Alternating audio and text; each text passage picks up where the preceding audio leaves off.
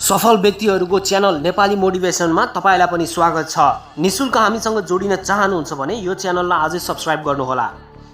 Concentration पावरलाई बढाउन तपाईलाई 3 tips अहिले नै भनिदिन्छु। भिडियो अन्तिमसम्म नै हेर्नुहोला। कन्सन्ट्रेसन बढाउन र कन्सन्ट्रेसन हुन त सबै चाहन्छन्, तर जो व्यक्ति यी 3 चीज प्रयोग गर्छन् उनीहरू मात्रै सफल हुन्छन्। मान्छेसँग भएको दुईवटा पावर, एउटा डिस्ट्र्याक्सन पावर र अर्को कन्सन्ट्रेसन पावरको बारेमा कुरा गरौँ। कन्सन्ट्रेसन पावर जहिले पनि पोजिटिभ रूपमा काम गर्छ भने डिस्ट्र्याक्सन पावर जसले कन्सन्ट्रेसनमा असर पुर्याउँछ र यसले नेगेटिभ असर पुर्याउँछ। त्यसैले पहिलो पोइन्ट, फाइन्ड डिस्ट्र्याक्सन। तपाईलाई के चीजले रोकिरहेछ त्यो कुरा पत्ता लगाउनुहोस्। Mobile, TV, Facebook, Instagram, environment, people आदि।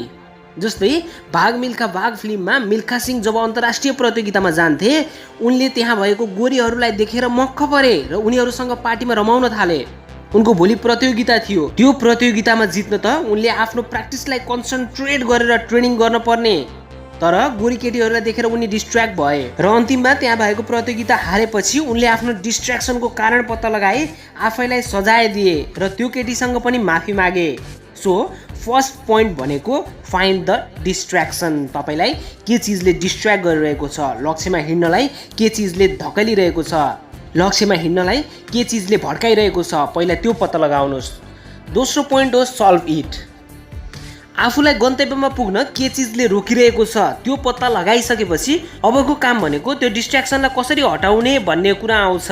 जति धेरै डिस्ट्र्याक्सनलाई पाल्छौँ हाम्रो कन्सन्ट्रेसन पावर त्यति नै घट्छ। त्यसैले डिस्ट्र्याक्सनलाई सल्भ गर्नुपर्छ। जस्तै यदि तपाईँको डिस्ट्र्याक्सन मोबाइल हो भने त्यसलाई हटाउन तपाईँले यी चिजहरू गर्न सक्नुहुन्छ। 1.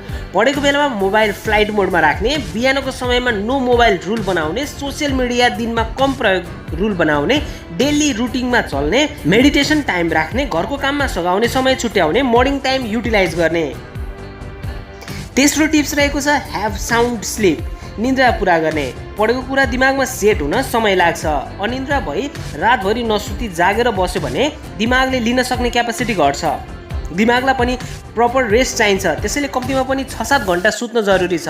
धेरै भिडियोमा मैले भनेको देख्छु 12-13 घन्टासम्म नसुतिकन पढ्नाले नै सफलता प्राप्त हुन्छ, तर यो एकदम बकवास कुरा हो।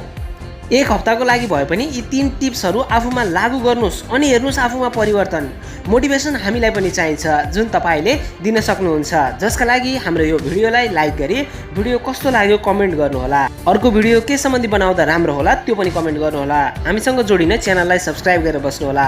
हेर्दै गर्नुहोस् नेपाली मोटिभेसन। जय नेपाल, जय नेपाली आमा, जय नेपाली मोटिभेसन।